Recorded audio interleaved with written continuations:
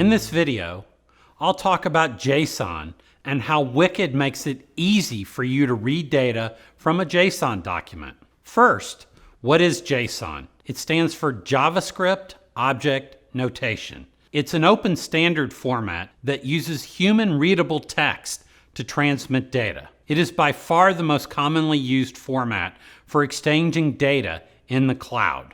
So it's very important for you to know how to use it. JSON supports double precision floating point values, strings, Boolean, arrays, and key value pairs. As an example, the following JSON document shows information about me. First is my name, which is a string. Then whether or not I'm an IoT expert, which I am, which is a Boolean, and it's set to true.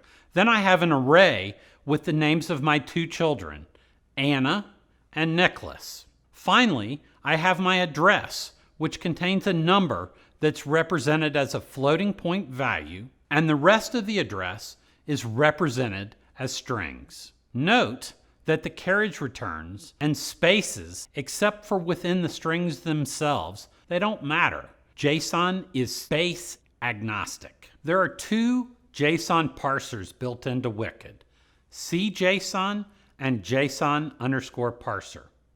The first parser, CJSON, is an open source project that was created by a very clever programmer named Dave Gamble. Thank you very much. He described CJSON aims to be the dumbest possible parser that you can get your job done with. It's a single file of C and a single header file.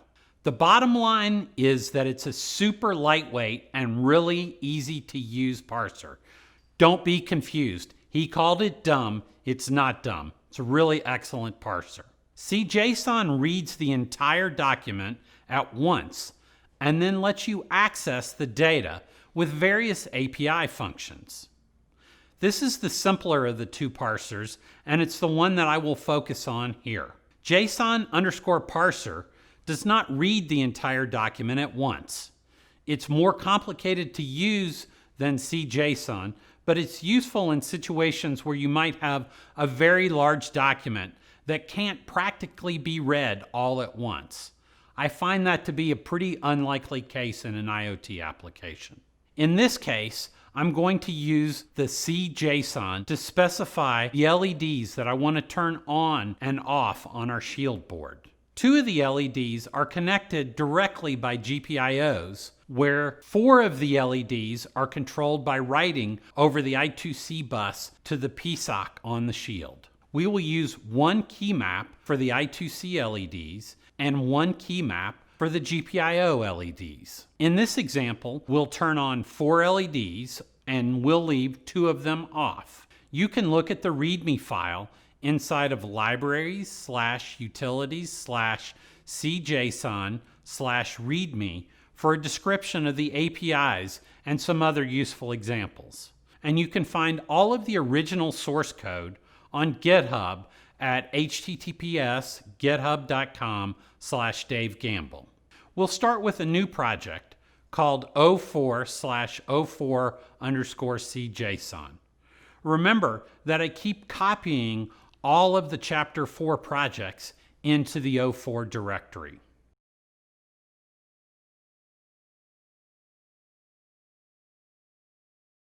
To use the library, we need to add one line to the makefile, as shown here, that will include the library functions that I'm using. In the C file, we need to include cjson.h. This will bring all of the APIs into our project so that I can use them. Next, we will add a constant character array to hold the JSON data. Normally, you'd be receiving this data from the cloud, but for now, I will just hard code the JSON that I'm using into my project. Note that we need to escape the quotes within the JSON with a backslash, since we don't want the C compiler to interpret them for us.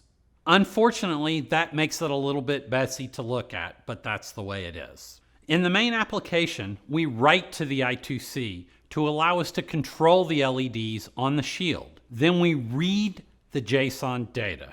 Once we have the CJSON data read in, there are functions that parse out the different sections and the individual entries for the GPIO controlled LEDs and the I2C controlled LEDs. Finally, the corresponding LEDs are turned on or off based on the requested states from the original JSON document.